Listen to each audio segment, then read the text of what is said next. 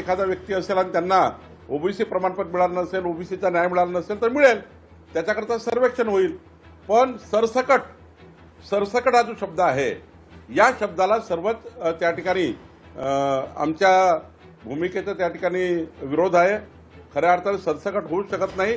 तुम्ही संपूर्ण 353 जातीमध्ये आणि आधीच त्या ठिकाणी कमी पर्सेंट आहे, त्यामुळं असं सरसकट न मागता जे ओबीसी निघतील किंवा जे ओबीसी त्या ठिकाणी सापडतील त्यांना द्यायला तर काही अडचणच नाही. तिथं आपण रेग्युलर प्रक्रिया करतोय, सरकारी करताय, त्याला तर काही नाहीच म्हणत नाही कोणाचं.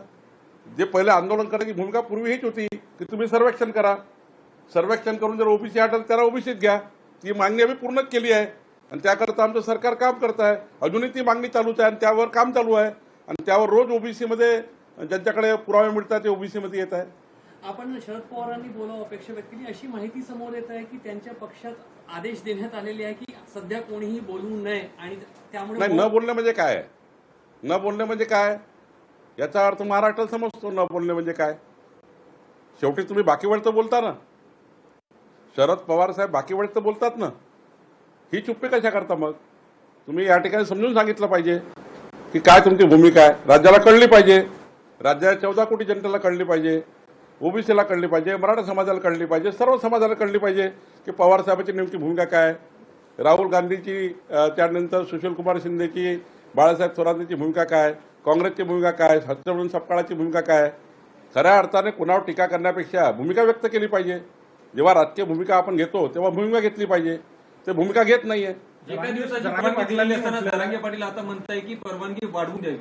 आता हे तर हायकोर्ट आणि याच्यामध्ये सुरू आहे, त्यामुळे त्यात मी काही बोलणं योग्य नाही. आंदोलनकर्त्याला आंदोलन करण्याचा अधिकार आहे, तिकडे उच्च न्यायालयाचे अधिकार उच्च न्यायालय आहे, त्यामुळं मी काय त्यात बोलणं योग्य नाही आहे.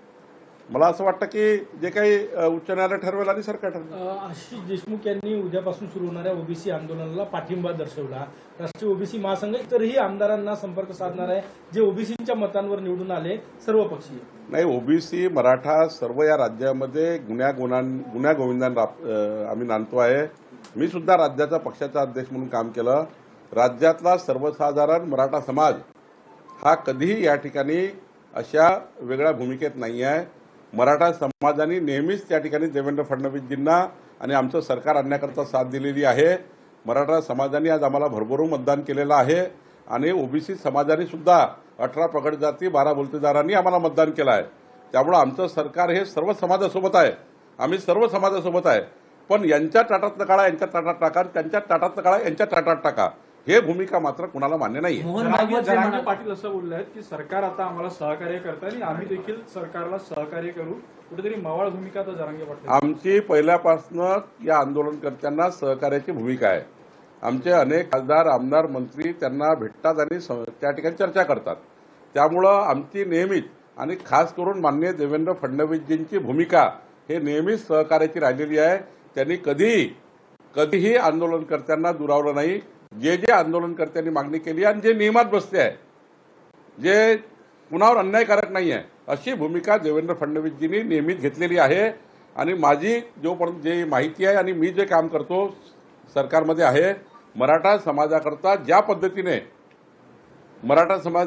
पद्धतीने देवेंद्र फडणवीसजींनी 14 ते 19 आणि मग एकनाथ शिंदे साहेबांनी आणि आत्ता पुन्हा आमच्या सरकारने ज्या भूमिका घेतल्या आहे त्या 50 वर्षामध्ये, तर 50 वर्ष काँग्रेस आणि राष्ट्रवादीचे शरद पवार साहेबांच्या बाजूला काढा आणि आत्ताचे 9 वर्ष देवेंद्र फडणवीस सरकारचे एकनाथ शिंदेच्या बाजूला काढा. तुम्हाला दिसेल की कोणी कोणासाठी न्याय दिला आणि कोणी कोणाला त्या ठिकाणी काय केलं आहे. सर्वात जास्त मराठा समाजाला न्याय द्यायचं काम जर कोणी केलं तर देवेंद्र फडणवीसजी एकनाथ शिंदे सरकारने केलं आणि आत्ता अजित पवार साहेब सरकारमध्ये आहे. आमचंच सरकार मराठा समाजाला न्याय देते आहे. आमचंच सरकार मराठा समाजाला पुढे नेण्याचं काम करत आहे, जे 50 वर्ष शरद पवार साहेब किंवा काँग्रेस पार्टीने कधी केलं नाही. मोहन भागवत असं म्हणाले की एक मुद्दा त्यात असा आहे, 75 वर्ष रिटायरमेंटचा काही नियम नाही आहे. काँग्रेस आणि इतर पक्षांनी खूप या संदर्भामध्ये 75 वर्ष झाले. लोकशाही मराठी ऐका, पहा, जागरूक रहा.